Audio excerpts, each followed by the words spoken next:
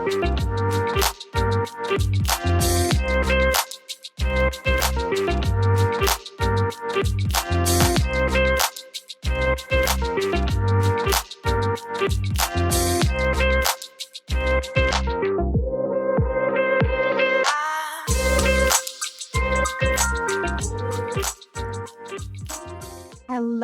and welcome to the last episode of PowerSpeaking Live for 2025.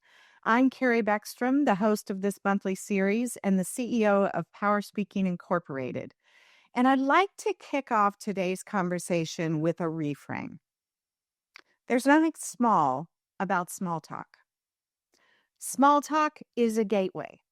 It's a gateway to connection, to trust, and to opportunity.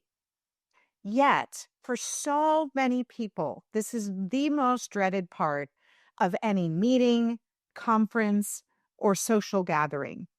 And let's face it, this time of year, many of us are involved in more social gatherings than normal.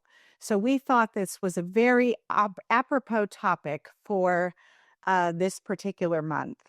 And during our conversation, we're going to talk about why it is that small talk is uncomfortable for so many people and how we can turn it into something to create authentic engagement, purpose, and surprisingly, opportunity.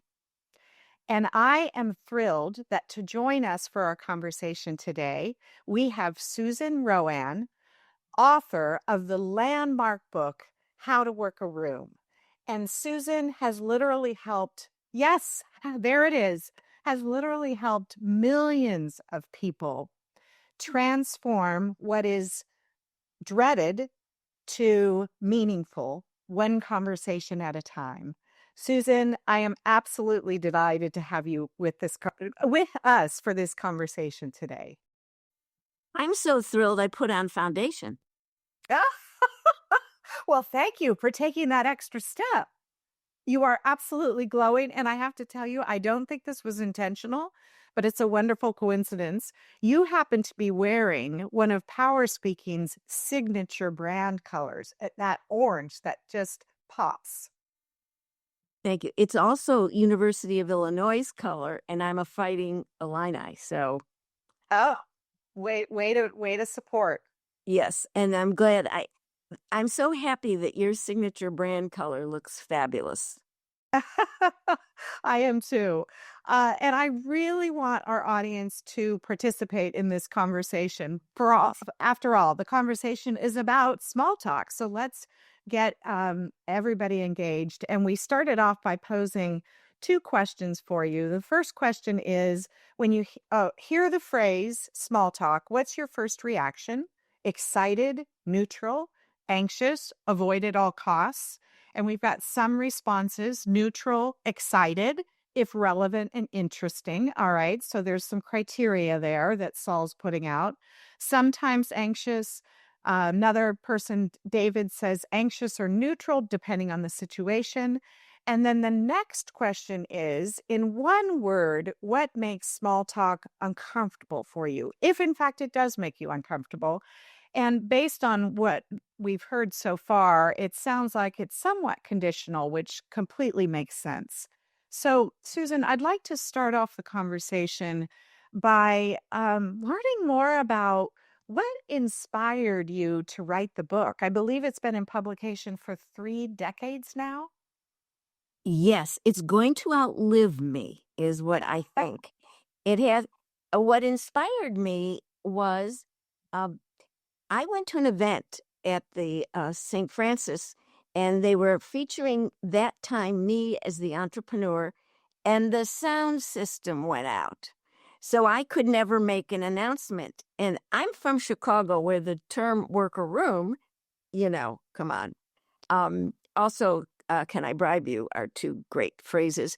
But I said, I can't let this slide by. So I made it my business to go over to every person in the room, greet them, have a little chat.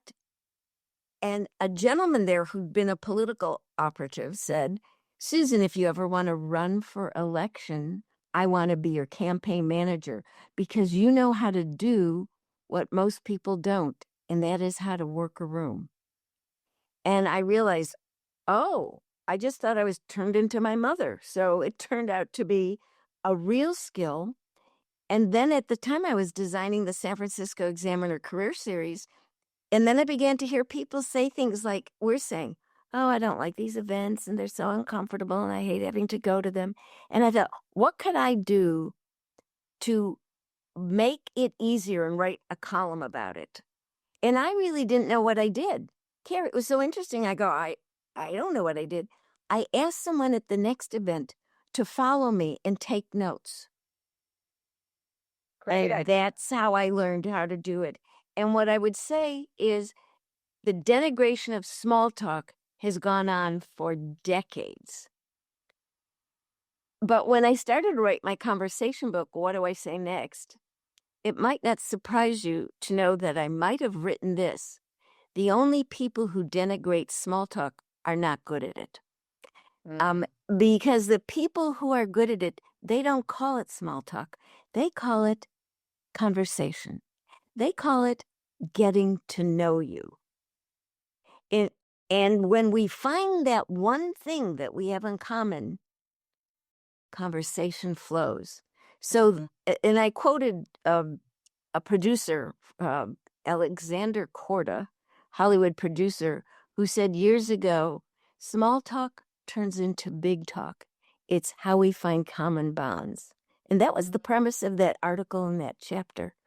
And of course, I'm 4'11", so when anyone denigrates anything small, and I get irritated. But I felt small talk. Hey, let me give you the other one. You know these people that go to these conversation communication seminars? You walk into the room and they look at you and say, what is it that keeps you up at night? I'm having an hors d'oeuvre in one hand, a drink in another. I don't even know you. You haven't earned the right. And Oh, how I like that. we must Haven't earn the earned the right. right. Yes, yes. I just want to build on a few things that you said. Just so interesting. First of all, uh, it's I just really appreciate that you brought up. Uh, you didn't even recognize that it was a really um, exceptional skill that you had, which is so common for something that comes naturally to us. We often take it for granted and almost dismiss it if someone points it out as a strength. And it's important for us to stop doing that, to recognize that the things that we're really gifted at are truly gifts of ours, and to be grateful for them. And also, in your case, taking time to really unpack it and understand what is it that I'm doing, often just so organically and naturally, that I can break out into actionable advice and steps that could help other people that don't necessarily have this gift. The other thing is it's really unfortunate that it has been branded this way, small talk, because a lot of people translate that to shallow or, insignificant kind of trivial conversation. And what I'm hearing from you is that's not what this is about at all. It's about exploring and getting to know people and finding that common ground, which can take what seems to be kind of small talk into what you coined big talk. Yes. And I want to say two things. And I wrote this in Secrets of Savvy Networking. When we deflect and poo-poo someone's compliment, I was told this, and I quoted her, instead of saying, like my late mother-in-law used to say, Susan, just say thank you. But when we deflect, what we actually do is insult the compliment giver. We question their taste. And Mhm. so I would say deflecting, and I know that I do this. If someone says to me, oh, I like that outfit, I'll say, oh, got it at Ross, got the 10% off. It had a hole, I sewed it up. Way too much information. So we shouldn't deflect. And that also leads me to another point, because I do this all the time. Humor and where I take myself lightly. Lauded speech coach of blessed memory, Dawn Bernhardt, once said to me, "You know, you're funny, but when you poke fun at yourself, you're allowed to do that maybe twice. But that's it. Because then people say, well, she keeps on demeaning, self demeaning, there's another word for it. Then their thought is, why should I listen to you? So I think we have, do you know what that means? So we want to be careful about, uh, and in a long way through humor is putting ourselves down. Yeah. Yeah, great point. Yeah, another word for it is self-deprecation. So what I'm That's the hearing, one. yeah, what That's I'm the one I hearing is couldn't find. yeah, yeah. Well, we're in this together. That's another reason why the conversations and connections can be so meaningful. I was trying to a quick aside. I'm hosting a holiday party with a neighbor friend of mine, and we came together last weekend to start planning, and it was hysterical. None of us could complete a sentence. We had to work together to complete our sentences. So I completely relate to this. I want to come back to the point of self-deprecation because that's something that I just kind of naturally lead into, and I do appreciate that and I think, as I'm a CEO of an organization, to make yourself accessible, I do think it's important that you show some vulnerability and be, really comfortable with acknowledging areas that you're not necessarily really strong. To your point, though, you have to be really careful not to overuse it and be selective. Uh, so I want to first bring in some of what our audience is saying. This is so interesting. So the question in one word what makes small talk uncomfortable for you? We're hearing things like worthiness, fear of judgment, inauthenticity, genuineness. And then someone responded, yes, Carrie, how can we be authentic at small talk through the lens of our strengths? Yeah. Yes. Yes, Stephanie. Yes. So I'd love your reaction, Susan, to some of those comments in terms of what's underneath a fear of small talk: worthiness, fear of judgment, inauthenticity, genuineness. It's so interesting. I have such a different hit off of it that some of the people who really want to do the deep dive into the really important talk, they are the most inauthentic, the most manipulative, because they have an agenda. So I think some of the small talk, I go somewhere, I've I find a parking space, I'm elated. I go, oh, I found a park. Well, this is how we know we're supposed to be somewhere, when we find the parking space in front of the venue. And that's how we know there's a higher authority. And I can tell you that that's true. But it's the parking space, it's the traffic, something that happens to all of us. But if we want to uh, adhere to our agenda and our strengths and what we came to the event for, I'm going to give everyone, you're going to say, oh my God, you're shallow. And I accept that willingly. Here's what I want you to do, especially around the holidays and even in business events: go everywhere to have a good time. Because I'm going to tell you what that does. You go with a smile on your face to have a good time, and people want to be around the person who looks like they're having a good time. They really don't want to be around the person who's calculating, what can I say next? Or how can I get to my goals and agenda so I can get this person signed on the dotted line? That is off-putting. Mm. Go to have a good time. The second thing I often say, when you go to an event, the most important thing you bring, and I do this as an exercise in my talks, you bring a big old smile. Even if you have to fake it, I have a fake smile. But it then turns into a real one because I have laugh lines, so I know that to be true. So you bring a smile, and I tell you the second trait that people say make it easy for them to approach us: eye contact. If people feel that you're looking at them and you're smiling, that's an invitation. So there's some things we can do that don't necessarily have to do with actual words, but creating that presence that make it easy for others. Absolutely, absolutely. I want to build on something that you said, specifically related to some of the comments that came up, admitting that a fear of small talk is a fear of being judged, coming off as if you're inauthentic, as if you're not worthy, etc. And I've shared this with you, Susan. I had the opportunity to hear Rick Steves speak recently, and as a just this can't think of now, I'm losing my words, but as this tremendously well-known, popular, successful uh, guide, traveler, world knowledge, etc. Uh, he, needless to say, he really, really, really encourages people, particularly in the US, to get outside of the country and go to other parts of the world, embrace different cultures, get to know different people, different ways of living, and just really immerse yourself in that experience. And he acknowledged that for some people, that especially if they're more introverted, isn't necessarily comfortable.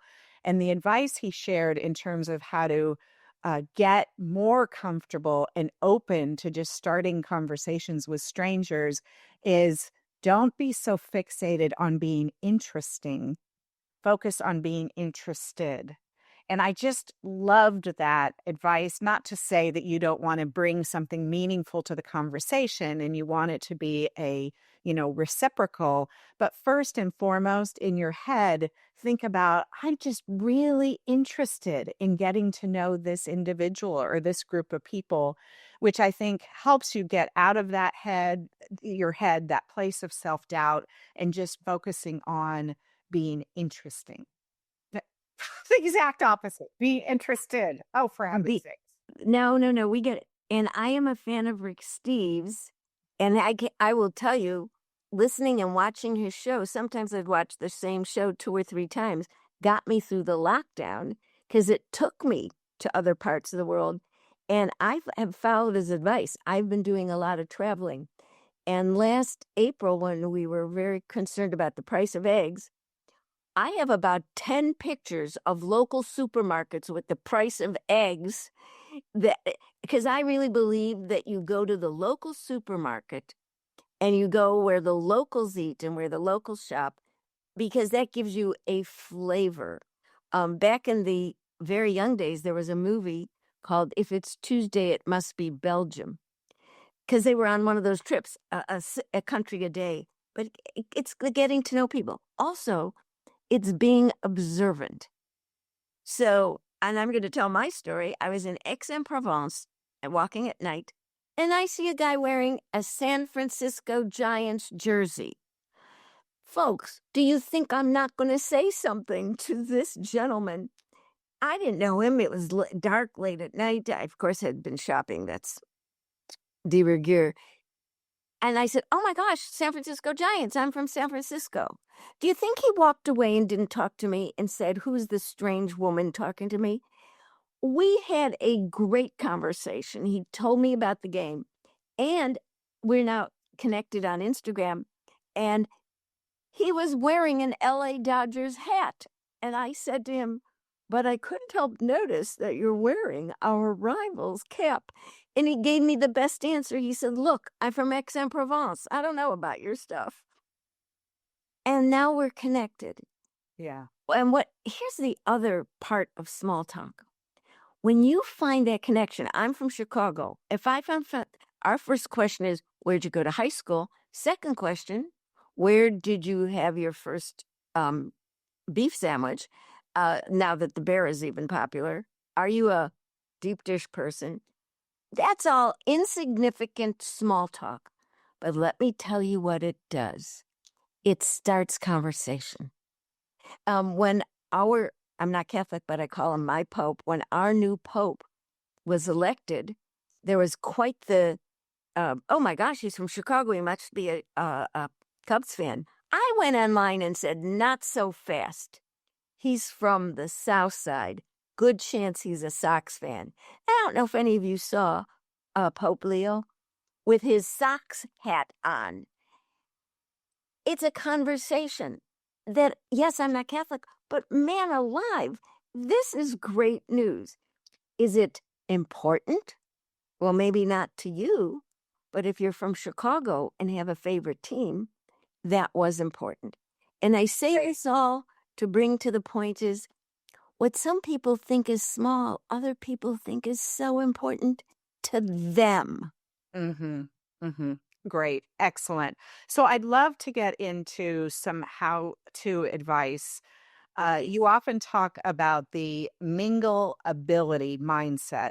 What are the core elements of that, and how can someone build it if they feel shy or anxious? Well, I would say most of us are uncomfortable, according to research, walking into a room full of strangers.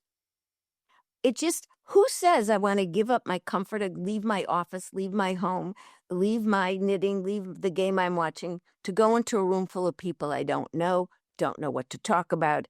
I don't know if I have anything in common. It is, it's not just frightening, it's uncomfortable. So the point I want to make, especially when the research on shyness came out from the Stanford Shyness Clinic, about 90% of us in any room feel that way. So the most important thing to know is if you're the person that feels that way, you're in big company. So if you could be the initiator, and I would call this is Dr. Adele Sheely said, and she wrote this in Success Magazine back in the 80s. In any room, act like a host, not a guest. Act like a host. So I'm going to turn it around as at every holiday party. What can you do to make other people comfortable with you? Take the onus off of yourself. So that's part of the mindset. Oh, and I'll tell you, for those of us from the Bay Area and from around the world, one of the women I know who used to go to the Walnut Creek Chamber said she and her husband, they had a business. They used to be terrified to go to the chamber events. And one time they went and they had a really good time. They were talking to people, small talk, whatever. And what they realized is it was their attitude. So what they did before they went to any event, and those of you who have paper and pencil in front of you, I insist you write this down. And for those of you that don't, because you're driving, make note of this. They switched from, ooh, who am I going to talk to, and I want you to see my expression and hear it. Oh, I wonder who I'm going to get to meet. Mm, I like That's that. the mingling mindset. I wish I said I made it up, but I didn't. Oh, no, well, but you're broadcasting it to millions and millions of people. So, yeah, I want to just reiterate a few of those things you said. I love the idea of switching from considering yourself a guest to a host, because again, that shifts the mindset to I'm going to make my goal to help everyone else feel comfortable and included in this conversation. And then repeat, because I didn't write it down. Repeat what you said, the last part. As if I remember. You give me so much credit. Um, um, I don't know. I'll Oh, come no, up no, with how, I know. Go in versus I wonder who I'm going to meet versus I and wonder how oh, many who might people. win me? And what you do is you go in before, and this is what you do. Prepare yourself. I wonder who I'm going to get to meet. Yes, I like that. I like Because that. then that means you have the privilege of meeting people.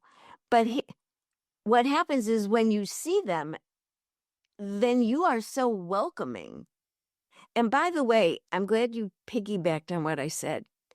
When you come in with a host mentality and what can I do to other people comfortable with me, people will remember you. They will refer to you. They will maybe get in touch and say, could we have if you're in different states, have a little Zoom cup of coffee? Can we get together for a little adult beverage? What we do to make other people comfortable, and I'm going to say this because this is my value system. If we can make people feel included, who might not be the people who generally feel included, not only is that smart business, it is kind. Yes, And I'm absolutely. all about that. If people know us, well, she's a great speaker, or he's a great salesperson, but what a kind person. That's the legacy you want. Absolutely. Absolutely. I'd love to share something one of our audience members, who's actually one of our producers, shared. Andrew Moore. He said, I was a bartender for many years, so small talk Wow. was 95% of the job. At first, it always made me feel anxious to sustain a conversation.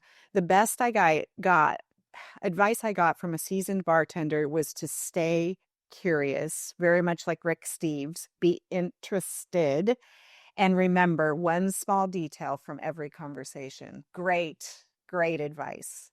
Great advice. And one of our bartenders here in Marin has a column in the IJ. And does he have great advice? He actually spoke to our group and he's written a book. It's bartenders are the psychiatrists without the medical degree. But I love that tip. And here's how we remember things. People have said to me, "Oh, how can I remember names?" And I tell them, do not do the silly thing that many people tell you to put a cat in a vat and a hat on their head.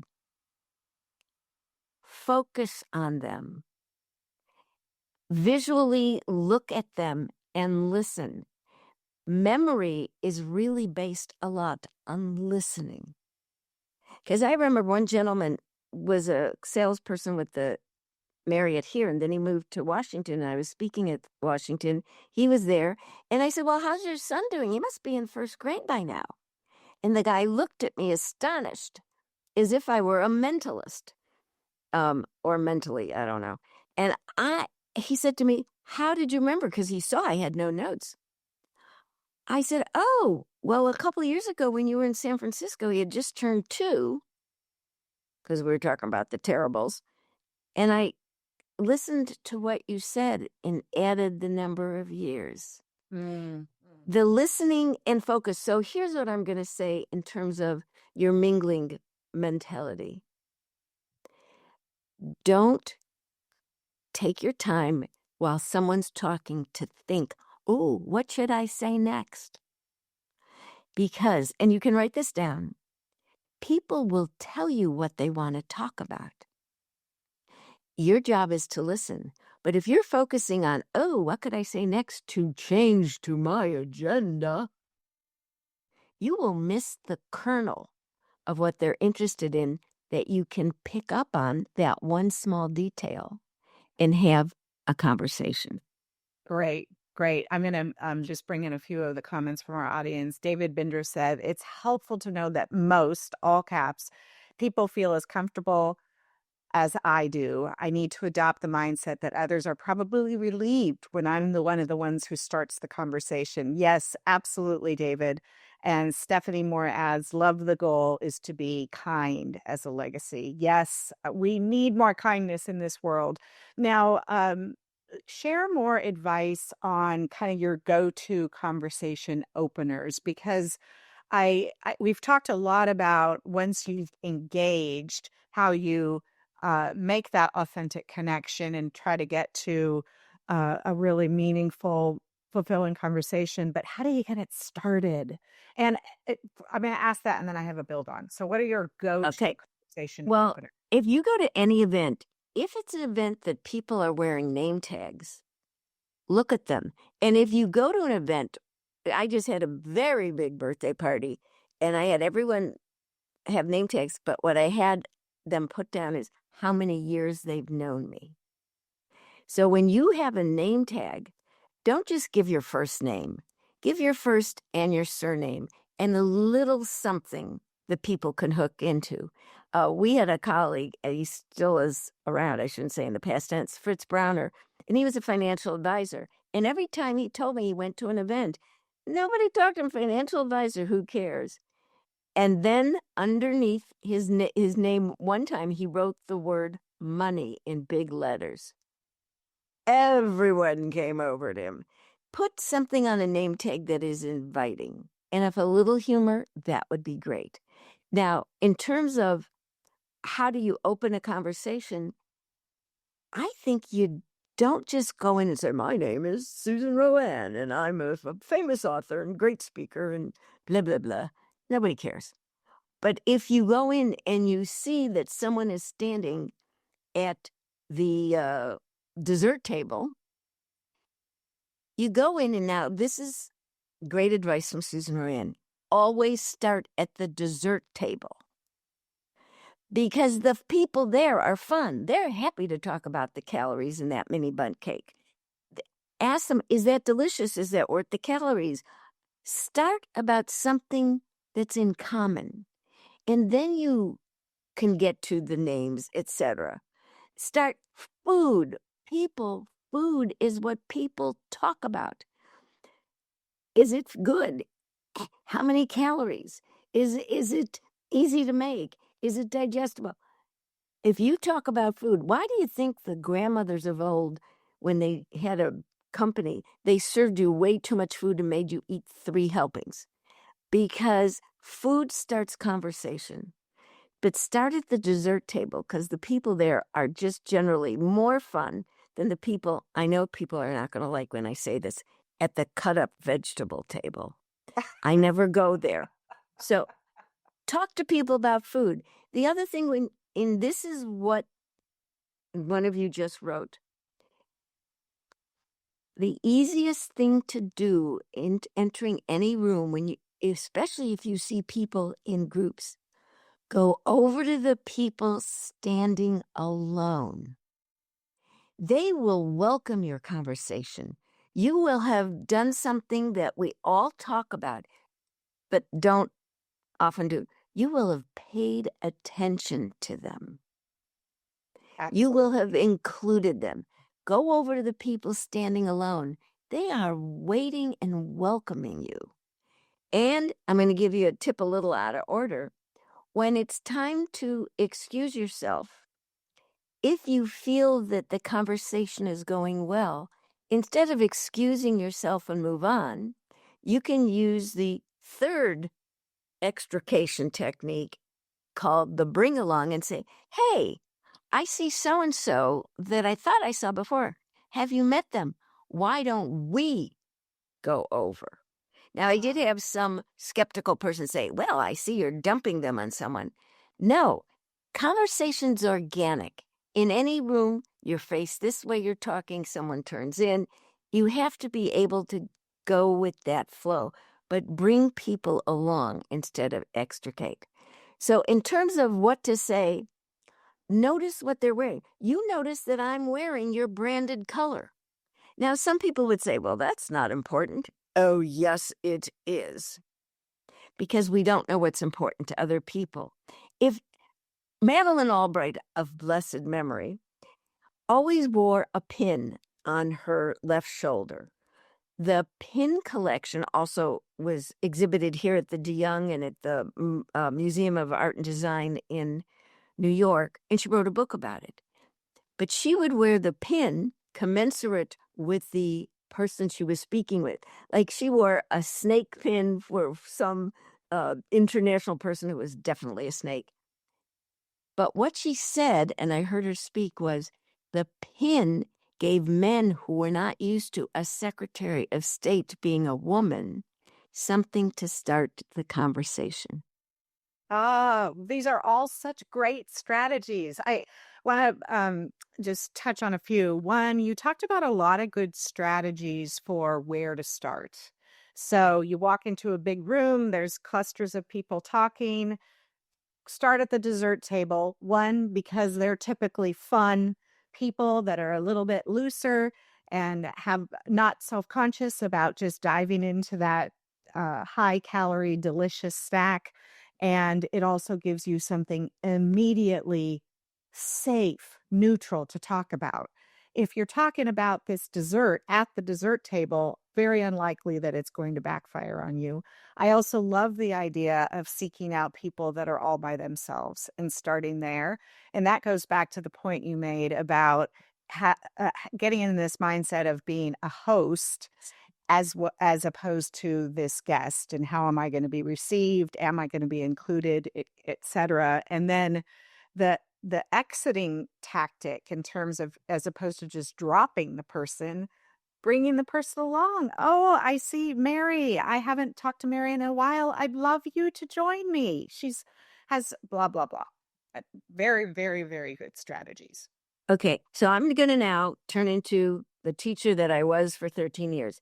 I'm going to give you two other um, strategies for getting into conversations when people are already in groups. I called that in my book and my talks breaking and entering. You walk into a room and you look around, everyone's in a group. How to avoid that? And this is what I've learned from an article that shy people said. Shy people don't make a grand entrance an hour late. They are there within 15 minutes of the time on the invitation, because then they're there, they're settled, and the room has to walk past them. So don't be late, be pretty early. So that's one thing. But if you see people in groups, and on the other hand, it's not that they're trying to exclude us, they haven't seen each other all year. So people want to connect. But here's what you do. If people are in a group and first of all, don't pick a group that looks like they got bunion problems. Pick a group that looks animated, that's laughing, because they're easier to infiltrate. I don't know that I ever used that before, but I like that. They're easier to join. But what you do is you stand in the periphery of that group. And then when there's a lull in the conversation, someone takes a break, you can join in. Now, I had a woman in a seminar in New York who was from Toronto, and you know how polite they are.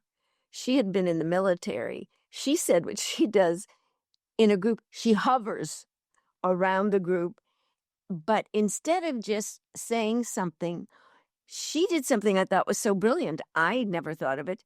She looks at the group and smiles and says, "May I join you?" She said, nobody ever said, "No, not today." Nobody ever said that. What they did is they stepped back and by doing so invited her in. So I'm going to give you another tip. When you're in a group, we all have peripheral vision. My ophthalmologist swears it's true unless you have some eye disease. We can feel and see who is hovering, who's trying to get in. If you want to be known as the person that is the good host, the person that's the good mingler, the person that has great social skills, when you sense that person around you, step back. That immediately includes them in the circle, and you reset the circle. That's so great. I'm really glad you brought that one up, because I have to say that is the most challenging thing for me, especially if I'm at like a work conference and I know no one in the room, and it's the networking hour, and I walk in and I see nothing but clusters of people talking. How to intersect into a group conversation is the thing that I find the most uncomfortable. And I have done, the strategy of hovering, but if no one opens up the circle, it starts to feel really, really uncomfortable. And I kind of question, should I hover with a more receptive group or continue to stay and find the opening for me to insert myself? So I like the idea of once again being really strategic and selecting a group that's really boisterous. They're clearly having a good time. And easy thing you could say is, "This is clearly the place to be. May I join into this conversation?" That's right. Oh my gosh, you're the most fun group here. And I know Rick is on here. So Rick, one time there was, I think in the 90s, there was an NSA convention in Phoenix, and I was at a table. People said, "Oh, sit with people in your chapter." I go, "In my chapter, I can do that in San Francisco. I want to meet people from So I sat with nobody I knew. And my goal, I guess I always been like this, haven't I? My goal was that we would have the noisiest table. Now, this is also, I advise this Make sure you're at the noisiest, most fun table. Other people will look at you askance. They're so noisy. But what they're really saying is, oh gosh, wish I were at that table. People want to be around people having fun, people smiling, people being warm, people being open. It just makes it easier. Especially now, life is really hard for a lot of us. So, whatever we can do to have fun and make fun for other people, um, I quite think that that's the way to go. Yeah. But here's the other thing. I learned this from the two men who were the sales directors of now I'm going to forget the big stadium in New Orleans. Okay, now I forgot. When they tried to sell people on bringing their conferences and conventions there, they would take people out for a lunch or two and never discuss business. Mm.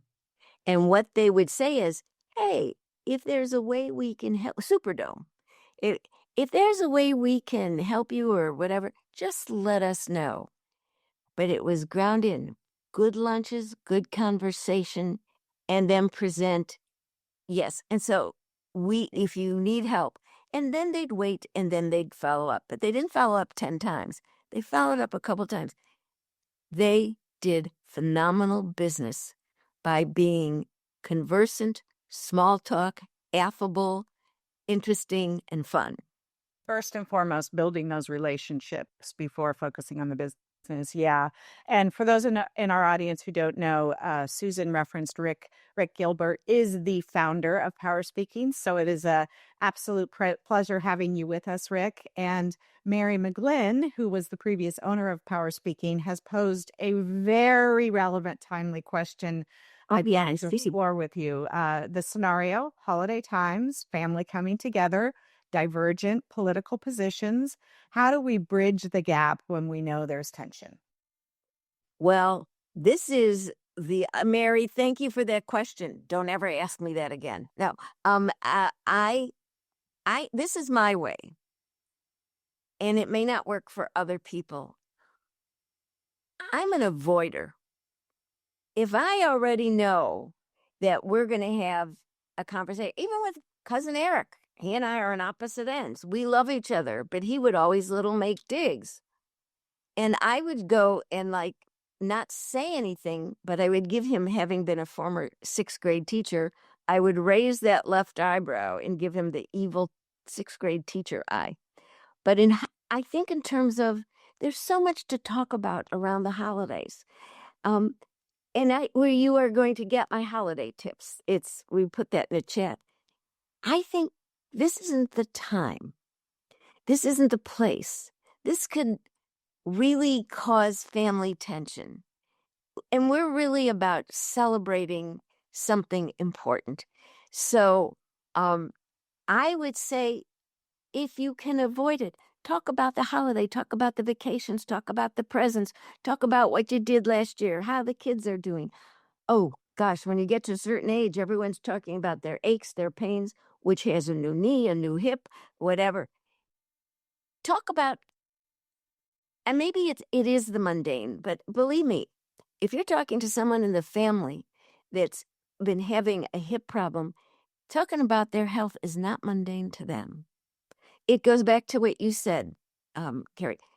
Be interested in them. Oh, did you drive? Are you flying? Are you going anywhere? Do you have any other plans?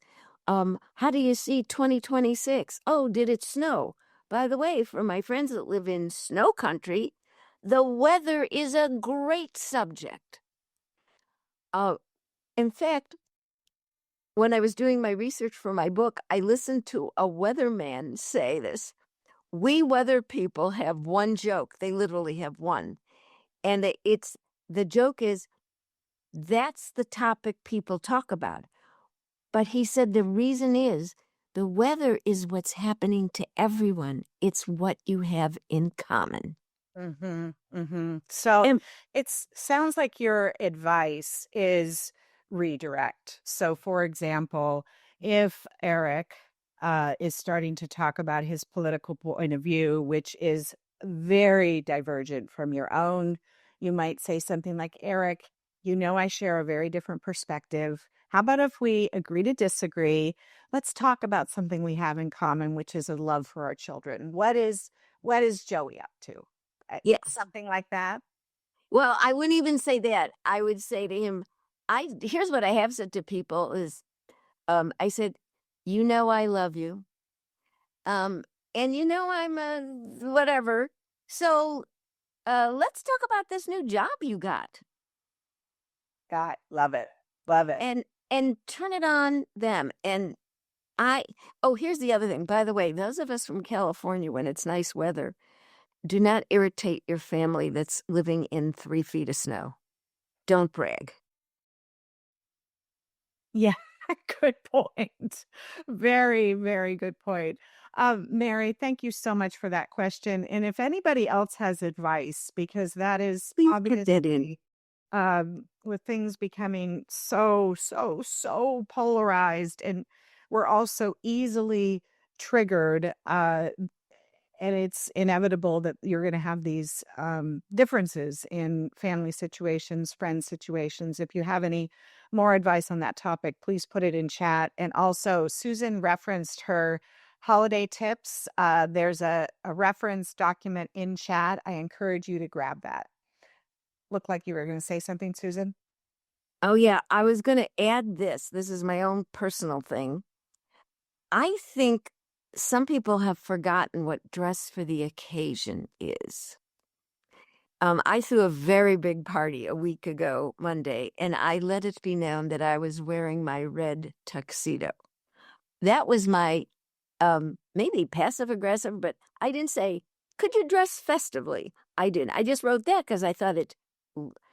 First person that walked in was wearing jeans and whatever. I think that for the holiday parties, if it says casual, don't wear a tux. If it says festive, blah blah, don't wear your jeans and your, shirt that you garden in. I think dressing appropriately. But then a couple people said to me, "Susan, you should just be happy they showed up at your party." Okay, that didn't work. But I think the idea of dressing appropriately, I don't know about you, but my cousin had a wedding and it was black tie optional. And a few people didn't know what that meant. Folks, we've got Chat GPT and Google. If we don't know something, we can find out what it means. And then here's another hint. I said, if you're not sure what the attire is, get in contact with the host. Ask, ask. Yeah. And I think that goes back to knowing your audience. If the host, Exactly. that's etiquette and appropriate attire is important to the host, honor that. If on the other hand, you know the host could care less, then wear whatever you're comfortable in. Yeah, I completely agree. I'd like to go back to a few work related scenarios, and I want to mention a few things. If you're in a leadership role or you're facilitating a group gathering, there are so many things that you can intentionally do to make the situation easier for people and make it much more likely that people are going to make very meaningful, authentic connections. You brought up an example. I happen to be on this annual business retreat committee for an association I'm a part of, and we regularly get feedback that although a lot of the speakers, et cetera, are rated very high, this continues to feel like a cliquey organization. It's hard for me coming in on the outside. I want the opportunity to feel more included, and more comfortable engaging with longstanding members. So, one of the things we're doing this time at the opening event, which is called the Great Grays, it's outside, it's buffet, different stations all around. And it's very similar to what you said. We're having name tags, but it's not just going to be the person's name and company they represent on the name tag. There's prompts, and you have the opportunity to specify like your most common interest. Maybe it's travel, maybe it's reading. So right away you're putting out there, this is something that's important to me, that I have a lot to say on. And that makes it so much easier for the person coming up to have that opening conversation starter. The other thing I'll say, and I have to put a plug for Chad Littlefield. Chad Littlefield he owns a company called, I have to remind myself, um, We and Me. So, as the name suggests, he's all about helping organizations have more meaningful, authentic connections, how to build really healthy, open cultures. And he has what are called connection cards. So, that's another thing that can be a great strategy. And what I love about it is the cards are categorized into three broad groups. So, you're giving people choice in terms of how deep they want to go or maybe don't want to go. And the cards are organized into self reflection questions, fun and light, a bit deeper. So that way, and you can hold up the cards. Remember, this is fun and light, this is reflection, this is deeper. And you give the person you're talking to the option to select how deep they're willing and interested in going. So I just encourage facilitators, even guests of social gatherings where they're bringing a lot of different group friends together. There are easy strategies that you can employ that are going to get that conversation going more organically. So, question for you, Susan, and then we'll close with some parting advice. What advice do you have for the hybrid world, especially people that are largely working from their homes, so they're interacting with their colleagues virtually in this kind of setting through Zoom? How what kind of strategies can they use, especially if they're new to an organization, to try to make connections, to try to get to know people better? First of all, this is because in the beginning of the lockdown, I went to a wedding and a bar mitzvah where people were like dressed like, and this is a legitimate word, schlubs. This is an occasion. You still have to dress for the occasion. And if it's in business, we can be a little more casual. Like I'm wearing sweatpants because they have an elastic waistband. But I have dressed for what you're going to see that honors that this is businesslike. What was his name? Oh, the guy that used to be on TV. He made a mistake on Zoom. We have to behave ourselves on Zoom. Jeffrey, I know who you're talking you know, about. it was good. Yeah. We have to behave ourselves on Zoom. We have to, um, you know, use the chat. If you see someone on a Zoom that has says something that really interests you, you can go to chat and send them a message. Oh, I really thought what you said was so interesting. When were you in Brazil? Because I lived there in whatever. But it goes back to this. Listen to what people say. Um, comport yourself for business and business.